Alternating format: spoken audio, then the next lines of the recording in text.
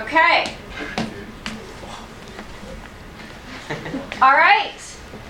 All right, welcome, 27,000 subscribers. Thanks for watching yet again. Okay, just kidding, I have 0 subscribers.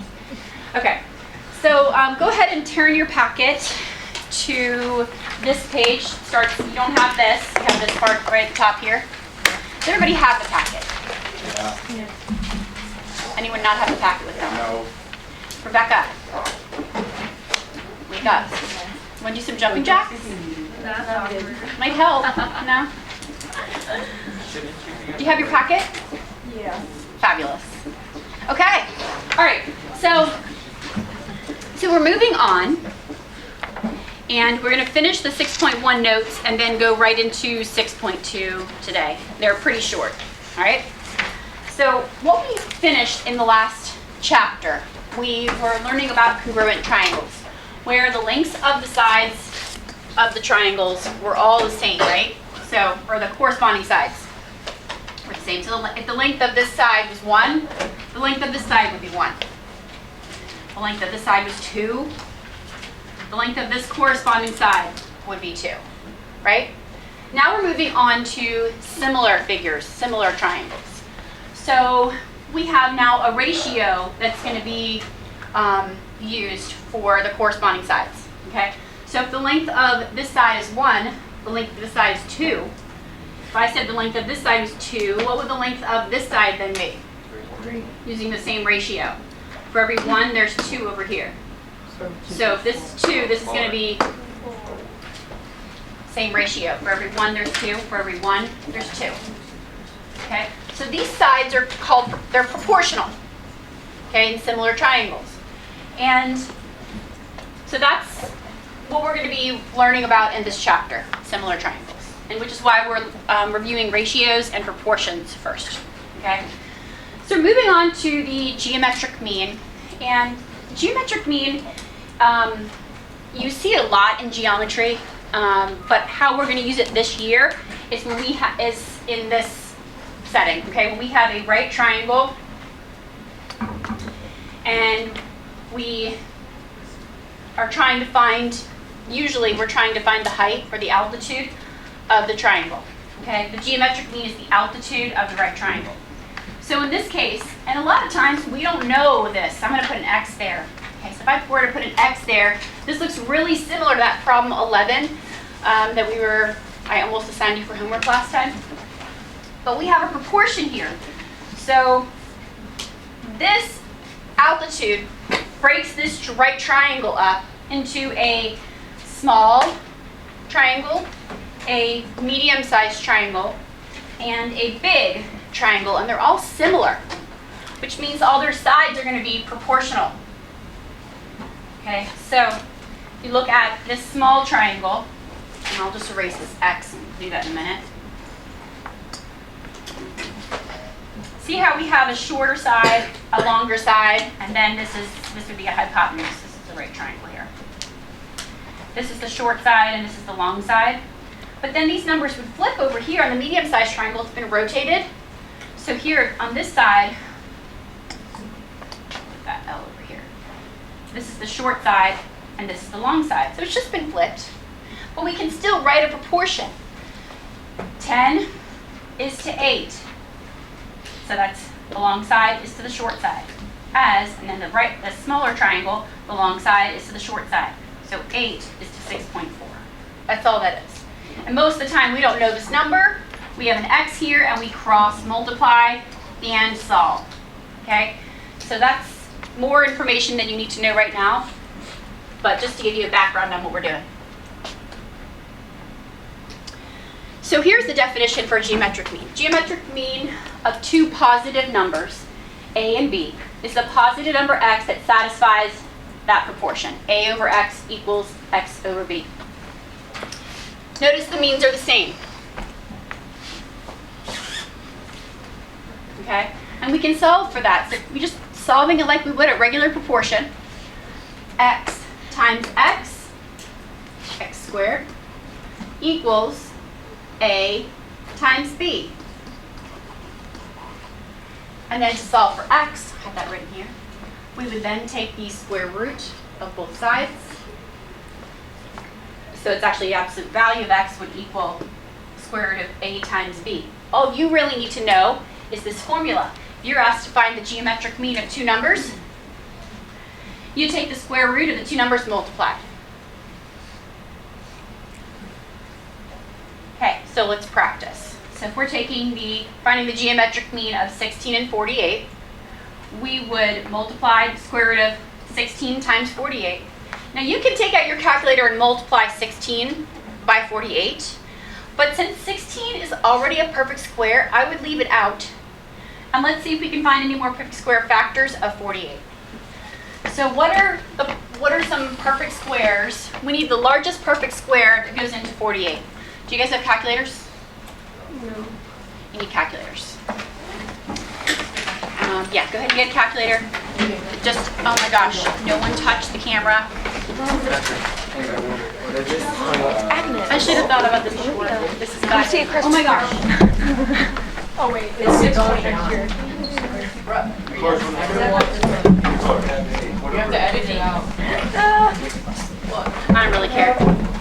I just don't. I have jimmied the camera with a piece of paper folded several times, kind of so it's even and flat. So if anyone nudges it by accident, look at that. A bunch of responsible students. All right, so while you guys are grabbing a calculator, just gonna think about what are some perfect squares. 2 times 2 is 4. 3 times 3, 9. 4 times 4, 16, 25. All right, so we're trying to find perfect squares that go into 48, so 7. we don't need anything bigger than that, right? So any of these numbers go into 48 evenly. We need the largest one. Wait. You have a calculator now. So take 48 and see if any of these numbers go into 48 evenly. Yeah? 16 goes into 48 3 times. It does, okay. So I think we should break up 48 into 16 times 3. Perfect. Okay, so now to simplify this, we have 2 pairs of 16s. We take the square root of 16 times 16. That just comes out as 116. 16 squared root of 3. Okay, so the geometric mean of 16 and 48 is 16 square root of 3. And you've got a calculator, so I need to make sure everyone can multiply 16 times square root of 3. So everyone's doing that. Anyone's having trouble finding square root?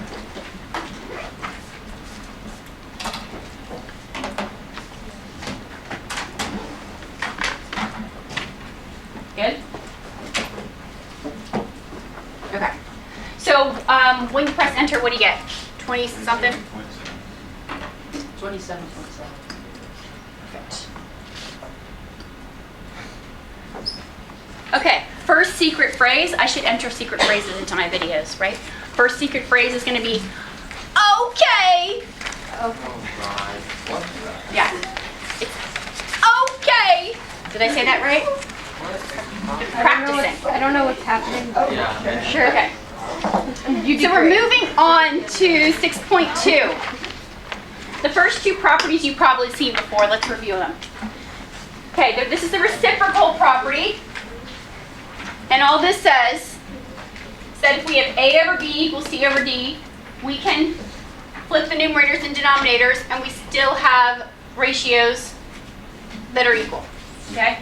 So if I had, I'm going to use 1/2 equals 3/6. Okay? The reciprocal of 1/2 is 2 over 1. The reciprocal of 3/6 is 6/3. They're still equal, right? That's all that says. See? 1 times 3 is 3. 2 times 3 is 6. 2 times 3 is 6. 1 times 3 is 3. Yay. Okay. Next one. Okay. Okay. Okay. Okay, if you interchange the means of the proportion, then you form another true proportion. Let's try that.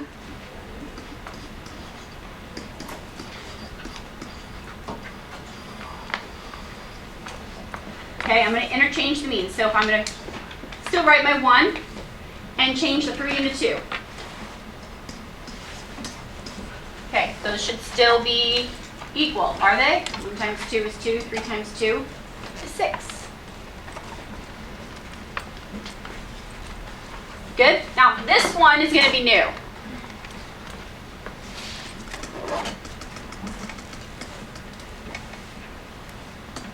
What this one says is you can take the denominator, add it to the numerator on both sides, and we should still have some equal fractions here. Let's try it.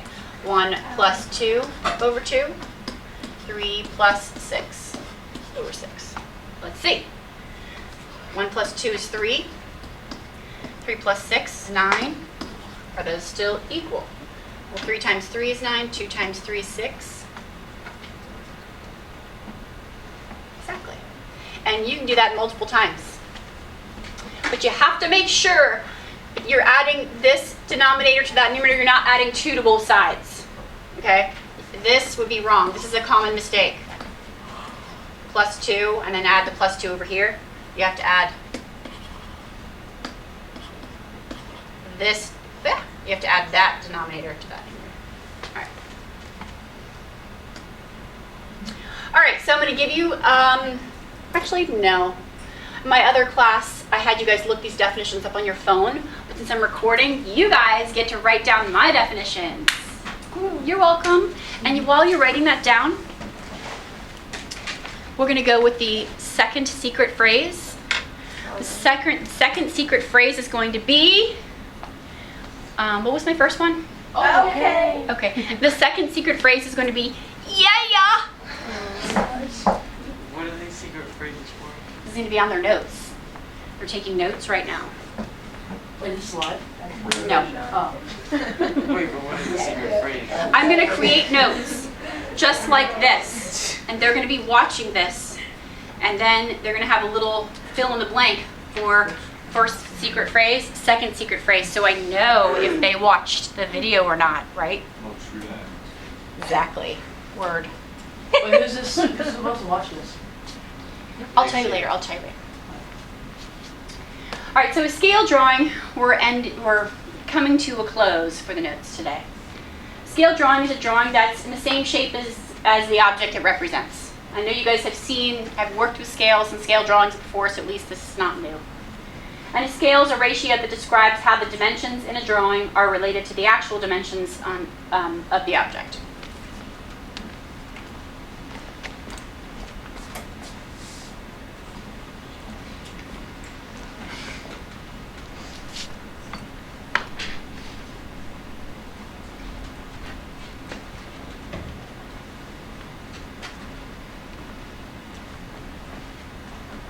You guys are so quiet today.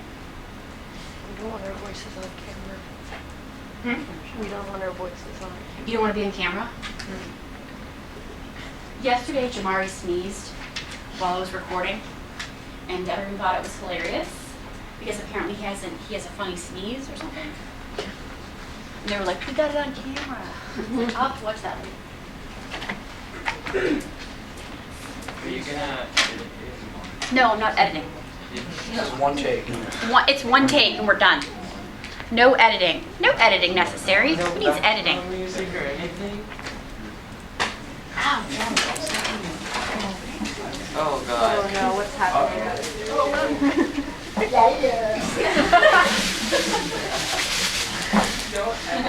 We have to entertain so people will come back to my channel. All right. 2 examples, and then we are done. Es finito. Okay, so the length of the key in the scale drawing is 7 centimeters. The length of the actual key is 4 centimeters. What is the scale of the drawing? Okay, I like these directions right here. To find the scale, we write the ratio of the length of the drawing to the length of the key. length of the drawing to the length of the key. And then we're going to rewrite the ratio so the denominator is 1. So the length in the drawing is 7 centimeters. The length of the actual key is 4 centimeters. Notice the units are the same. We're simplifying a ratio where the units are the same. So units can just go bye-bye. Now, I'm going to rewrite that. Now we need to rewrite the ratio so the denominator is 1. So I need a 1 there. What do I need to put in the numerator for the denominator to be a 1? We went from 4 to 1, so we divided by 4. So if we're going to divide the denominator by 4, yeah, we have to divide the numerator by 4 as well. The scale of the drawing is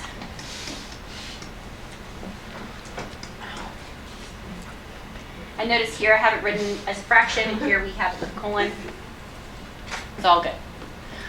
But notice we did not forget the 1. We didn't just write 1.75. Any questions? How are we doing? We're okay, right? Yeah. I remember teaching this when I taught, like, gosh, I think it was 7th grade. Did you guys learn this in 7th grade? No. 8th grade? No. 6th grade? No. This year, today. 9th grade. You've never seen this before? No. Yeah. Actually, I have seen the like the ratio. I mean, like. Yeah, we've seen We ratios. did ratios, but I've never done this before. Really? Well, it's been a while since I've taught middle school. All right. Are you bringing it Okay, back? last example. I might go back to middle school. I like teaching this. Oh. Okay, so scale model. You buy a 3D scale model of the Sun Sphere in Knoxville, Tennessee. The actual building is 266 feet tall. Your model is 20 inches tall, and the diameter of the dome on your scale model is about 5.6 inches. Okay, what is the diameter of the actual dome? Okay, so what we're going to do is we're going to set up a proportion with one unknown and solve for it. So we've got the actual building is 266 feet tall, and the model is 20 inches tall. So it looks like here they set the model up, model over the actual. Just write that there to help us visualize. The height of the model is 20 inches. The height of the actual building is 266 feet. So on this side of the proportion, we are going to write model over actual. The other side, we have to write as well, model over actual. So the diameter of the dome on the scale model is 5.6 inches. So that will go in the numerator. And then we're trying to find the diameter of the dome in the actual building. So now we've got a proportion, and we just cross multiply. 266 times 5.6 equals 20 times x. So what were you, hold on, let me write this down. When you divide by 20, what do you get? 74.38. X is what? 74.48. 74.48? Or you can write just 5. I'll write 48. Any questions? We good? Is everybody okay with cross multiplying and dividing proportion? You've seen that before, right? Yeah. Okay. So the diameter of the actual dome is about 20 feet. I'm rounding to the nearest hundredth, but have you guys learned about significant digits yet in science? Okay. All right, so let's do the second problem. How many times as tall as your model is the actual building? All right, to simplify a ratio with unlike units, we're going to multiply by a conversion factor. All right, so we've got a ratio here of the height of the, oh, we have visitors. Hello. She's not. I don't know where she is this block. Sorry. Now they put the actual height over the model. And we're going to simplify the ratio. We've got some different units though. So what do we do first? Change it. Okay, are we changing just feet or feet to inches? Okay, much easier to take the larger unit and chop it up. Okay, so How many inches are in 266 feet? A lot. 3,192. 2,192. Okay, so 3,192 inches, Over 20. over 20 inches. All right, now the units are the same. Oh my gosh. Domino's Pizza, would you like to try our new cheesy bread? Yes? You want me to take attendance here? You ask a lot of me.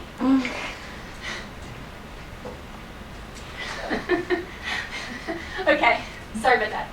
Okay, fine. I'm sorry, subscribers. I have to take attendance. Attendance. See, this shows you should do some editing or something. I'm not doing any editing. Who wouldn't want to watch this? Should someone come up with a pom-pom halftime show? All right, who's not here? Oh, my face says so. Vanessa's taking this as well. Miss Holding, you need Is Shayla here? you No. need consent form. Shayla, Your class, I did. not here. And anyone else not here? Vanessa's taking an SOL. Luke's here. Does anyone see anyone else not here besides Shayla? Okay, fabulous. Miss Holding, Yeah? should I just leave this back here until they Yeah, he'll come back.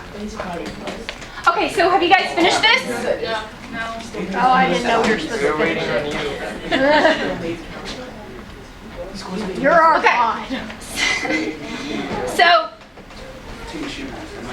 just like we did in the previous problem, how are we going to make this denominator a 1? Divide it by 20. Okay, so we divide by 20. In the denominator, we also have to divide the numerator by 20. So, what's that? 159.6. Okay, so the actual building is 159.6 times as tall as the model. And I think we are done. Thanks for watching. Hey. Bye. Hit like, subscribe, and comment.